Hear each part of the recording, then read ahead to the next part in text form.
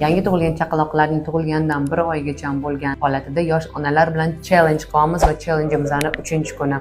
Chaqaloqlarning 3-kundan boshlab to 14-kungacha bo'lgan vaqtgacha sarg'ayishi normal hisoblanadi, ya'ni bu fiziologik sariqlik hisoblanadi. Agar farzandingiz aktiv emadigan bo'lsa, ichi yaxshi keladigan bo'lsa, yaxshi siyayotgan bo'lsa, vес yig'ayotgan bo'lsa va sariqligi asta-sekinlik bilan ketayotgan bo'lsa, bu normal holat hisoblanadi. Qachon qo'rqishimiz kerak?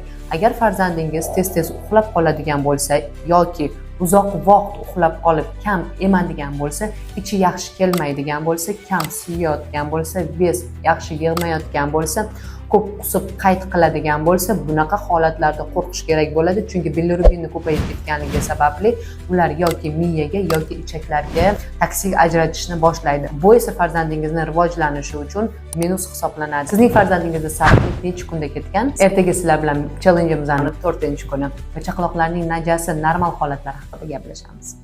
Agar sizga dars qiziq bo'layotgan bo'lsa, siz to'liq kursimni sotib olishingiz mumkin, chunki u yerda bundan ham yaxshi va to'liq zo'r ma'lumotlar bor. Har bitta yosh onaga bu ma'lumotlar juda ham kerak. Aziz onajonlar, hozirda tanishtiradigan kursim oddiy kurs emas. Bu natijaga olib chiqadigan tizimli kurs. Chunki buni ustida 10 yildan ortiq mehnat qilingan. Kurs ichida 40 dan ortiq darslik mavjud va ularning har biri chaqalog'imizni sog'lom o'sishi uchun aniq yo'naltirilgan. Ya'ni chaqalog'ingiz qornidan bo'lsa, kechasi bezovtalanib uxlanmasa, tez-tez qusib yuborsa, sariqligi cho'zilsa, yaxshi ema olmasa, qanaqa uxud qilishni bilmasanglar va sizni qiynayotgan boshqa savollar bo'ladigan bo'lsa, barchasiga ilmiy asoslangan bosqichma-bosqich javob olasiz. Eng muhimi, kursga chaqaloqqa qo'shimcha ovqat kiritish bo'yicha katta modul ham qo'shilgan. Unda qachon va qanday boshlashni, qanday mahsulotni birinchi berishimiz kerakligi, to'g'ri ratsionni qanday tuzish kerak, haftalik menyuni qanday shakllantirishimiz kerakligi haqida barcha tayyor qo'llanma va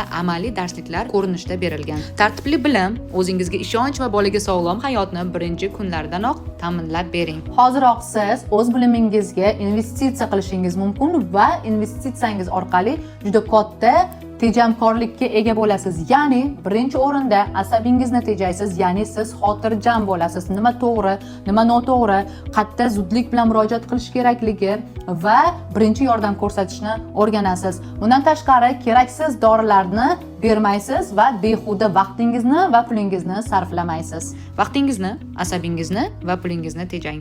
Hoziroq adminga bog'laning.